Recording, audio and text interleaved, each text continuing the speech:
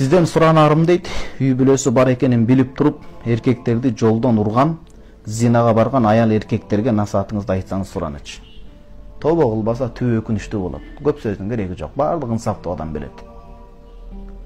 Никелешкен ал башка маселе. Бирок адилеттүүлүк маселеси, адилеттүүлүк эртең талак менен ажырашпоо маселеси каралат. Бирок үй бүлөсү бар экенин билип, ошол күйөөсүнүн көзүн буруп тартып алып, зинага жетелеген аял бул бузук аял да, бул Кудай сактасын.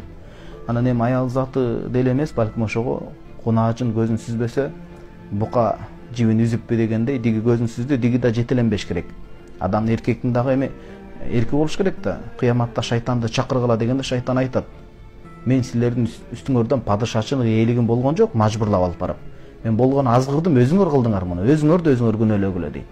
Ошон үчүн бир тараптуу эле кээ бир аялдарга күнөөнү артып койбостон, ошо үй бүлө баалуулугуна бекем ыкташыбыз керек. Эркектерде дагы маселе бар бул жердечи. Анан албетте андай аялдардын кылганы дурус эмес, билип болуп туруп. Башка эркектер бар, башка бар. Бирөөнүн үй бүлөсүн бузган, бул мындай тозокку амал да, Кудай сактасын. Анткени эмнеге тозок амал?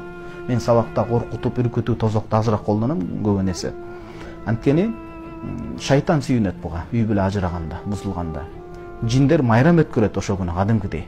Бир мусулман үй бүлөсү ажырашты деп. Анткени бүткүл бузукучулук социология илиминде үй бүлө бузулгандан кийин башталат.